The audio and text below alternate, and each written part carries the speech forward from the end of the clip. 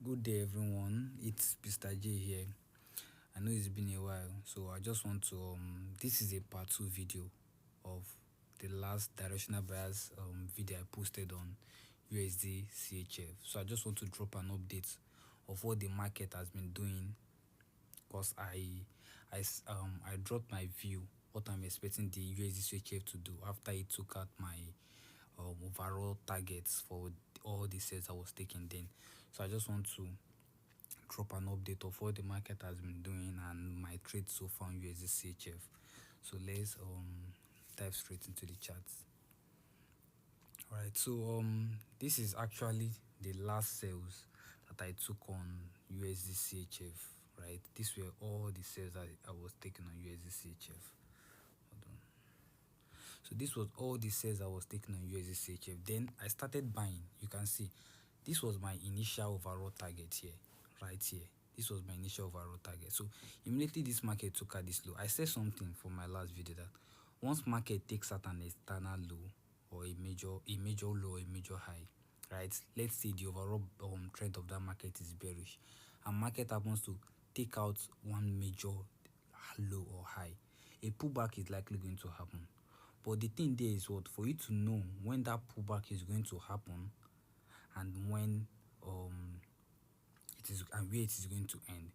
So I posted a video because sometimes here some pullback after market takes out a low, the pullback might be long, it might be very long, but in this case this one was short. So I'm going to be explaining how I was able to start buying, because you can see I was selling before I started buying, then sold again. So I'm going to explain what really happened and how I got all this set up. So I said that for my last video, I said that this is a break of structure. After this last trade here, this was a break of structure here in this inducement and this other block right here. So I said I was expecting this guy to come back into this zone for a new sale to begin. So I was buying all the way to that zone there. So let me go down to the lower time frame to show you what the market has been doing there.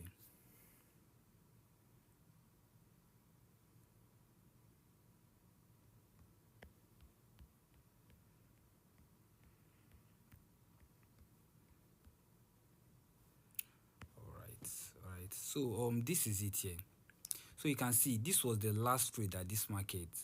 This was my last trade on this guy. So after this guy took out my target here, I was still expecting sales, okay, but at the same time I was still observing to see what the market was going to do for me to know where I'm going to start buying, because I already have a zone up here that I'm expecting market to come to, right?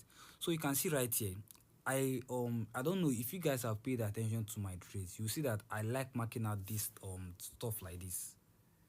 So I call it this is a liquidity sweep, right? So like I love to see liquidity sweeps in my setups, right? So this is a liquidity sweep right here. So how did I know that this market was ready to reverse here? First thing I needed to see was, it is not a compulsory for you to see your liquidity sweep, but I saw my liquidity sweep in this setup. After that, I saw my market structure shift. So liquidity sweep means what? Sign of weakness to the downside. So when you see a liquidity sweep, it means that what, this low here is protected, right? That the chances of this market coming to take out this low is very, very low. So after that liquidity sweep, you need to get a market structure shift to back it up. So after the market structure shift, it now confirms everything. Then what? You now need to get your inducement and your POI, right? So you can see right here, I got my sweep, I got my market structure shift, and I got my inducement right here. This was my first pullback here. And I was waiting for market to come back to this other block here. But market